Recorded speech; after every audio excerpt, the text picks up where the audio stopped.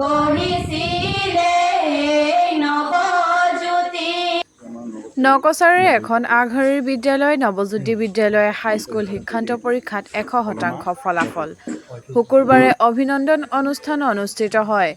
সভাত সভাপতি কৰে অৱসৰপ্ৰাপ্ত প্ৰধান শিক্ষক তলৈক্য বৰাই। অসম কৃষি বিশ্ববিদ্যালয়ৰ অধ্যাপক ডক্টৰ পূৰ্ণকান্ত বৰুৱা, সোণমাই গগৈ, শেৱালী বৰা, বীণা বৰুৱা, সুবল কৰ্মকাৰ, নীলিমা ভৰালী, চন্দী গগৈ। উদ্বোধন নীলিমা ভৰালী, জিলা পৰিষদৰ সদস্য দীপ চোৰে, ৱাৰ্ড সদস্য ভাইজন ৰহি দাস উপস্থিত থাকে। আদৰণি ভাষণ আগবঢ়াই প্ৰধান শিক্ষক কুমুদ গগৈয়ে। বঁটা বিতৰণৰ হাত ধৰে শিক্ষক প্ৰণৱ বৰুৱাই। প্ৰতিজন সফল ছাত্ৰ-ছাত্ৰীক মানপত্ৰ, স্মাৰক একোখনকৈ মান্য বস্তু প্ৰদান কৰা হয়। সৰ্বোচ্চ নম্বৰ পোৱা বৰ্ষা বড়ো, টনীৰাম গগৈ সোঁৱৰণি বঁটা প্ৰদান কৰে সোণমাই গগৈয়ে। এই বিষয়ে তেওঁ এইদৰে ক'লে। ডক্টৰ পূৰ্ণকান্ত বৰুৱাই তেখেতৰ শৈক্ষিক ন্যাসৰ পৰা নৱজ্যোতি উচ্চ মাধ্যমিক বিদ্যালয়লৈ 3খন মূল্যৱান গ্ৰন্থ আগবঢ়াই তেওঁ মনৰ ভাৱ প্ৰকাশ কৰি এইদৰে ক'লে। নীলিমা ভৰালী বাইদেৱে প্ৰথম বিভাগ পোৱা সকলোলৈ একোটা ফাইল আৰু 500 টকা প্ৰদান কৰে।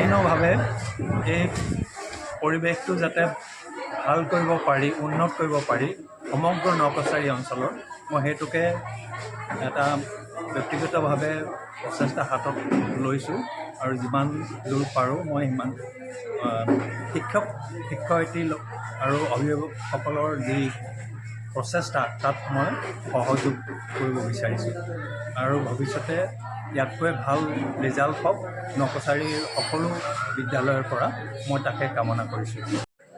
যিগৰাকী ছাত্ৰীয়ে ইয়াত ভাল ধৰণে পাছ কৰিছে তেওঁক মানে সম্বৰ্ধনা জনাবৰ কাৰণে আমি আগবাঢ়ি আহিছোঁ আৰু যিসকলে যাতে আগলৈ তেওঁলোককে দেখি ভাল ধৰণে পাছ কৰি যায় সেই আশা কৰিছোঁ আৰু সকলোকে মোৰ মৰম শুভেচ্ছা থাকিল যাতে তোমালোকে ভাল ধৰণে পঢ়া আৰু ছাৰ বাইদেউহঁতৰ কথা মানি চলিবা, নিয়মানুৱৰ্তিতা মানি চলিবা আৰু তেতিয়া তোমালোকৰ নিশ্চয় ভৱিষ্যত উজ্জ্বল হ'ব।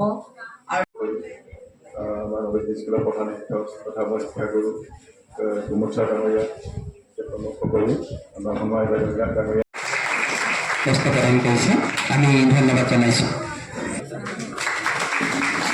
ইয়াৰ পিছতে আমি প্ৰথমে স্মাৰক হিচাপে দিয়া আমি প্ৰদান কৰিম।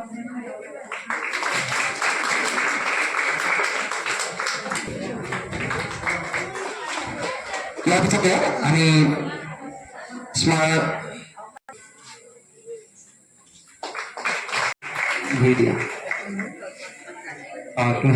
দিছে আগবঢ়াই দিছে, আমি শুভকামনা জনাইছোঁ তেখেতসকলৰ পৰিয়ালৰ প্ৰাধান্যতাৰ বাবে।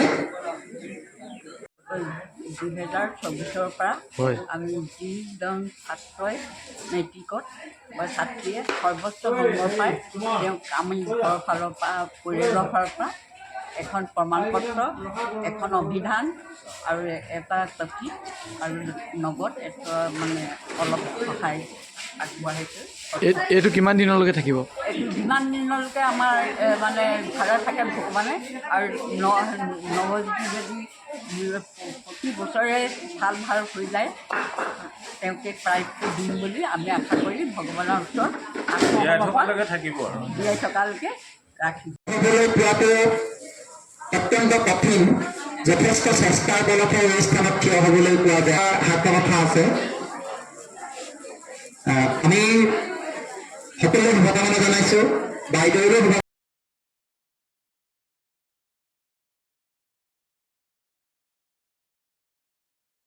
দ্বিতীয় বৰ্ষৰ বাবে আমি 100% ছাত্ৰ ছাত্ৰী উত্তীৰ্ণ কৰাবলৈ সক্ষম হৈছোঁ।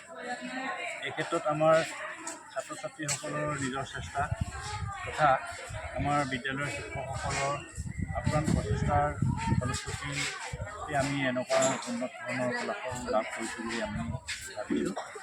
আৰু এতিয়া আৰু এটা কথা উল্লেখ কৰিব লাগিব যে আমাৰ বিদ্যালয়ত ছাত্ৰ ছাত্ৰীৰ অনুপাতে আমাৰ প্ৰায় 320জন ছাত্ৰ ছাত্ৰী আছে, কিন্তু তাৰ অনুপাতে মাত্ৰ 8জন আমাৰ ৰেগুলাৰ টিচাৰে মোকে ধৰি 8জন ৰেগুলাৰ টিচাৰে সমস্ত মানে ক্লাছখিনি কৰিব লগা হৈছে, এই ক্ষেত্ৰত আমাৰ শিক্ষকসকলৰ চেষ্টাটো মই সদায় স্বীকাৰ কৰিম।